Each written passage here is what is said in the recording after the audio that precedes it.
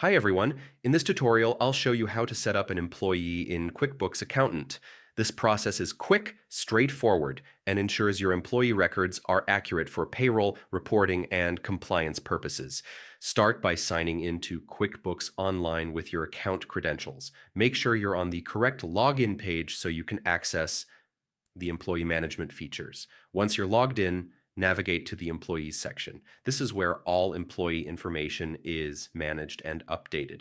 To add a new employee, begin by entering the employee's first name exactly as it appears on legal documents. Accuracy here is crucial to prevent issues with payroll or tax reporting. Next, enter the employee's last name, also matching official records for consistency and compliance. Then input a valid email address for the employee. This is important for QuickBooks notifications, communication, and logging purposes. Select the employee's hire date carefully.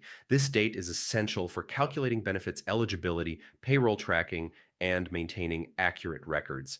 After entering all the necessary details, double-check each field to ensure everything is correct.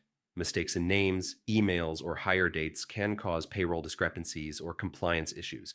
Once you're confident all information is accurate, click the Add Employee button to save the new employee in QuickBooks Accountant. Keeping your employee records up to date is vital for smooth payroll management, accurate financial reporting, and meeting labor law requirements, and that's it. You've successfully set up an employee in QuickBooks Accountant.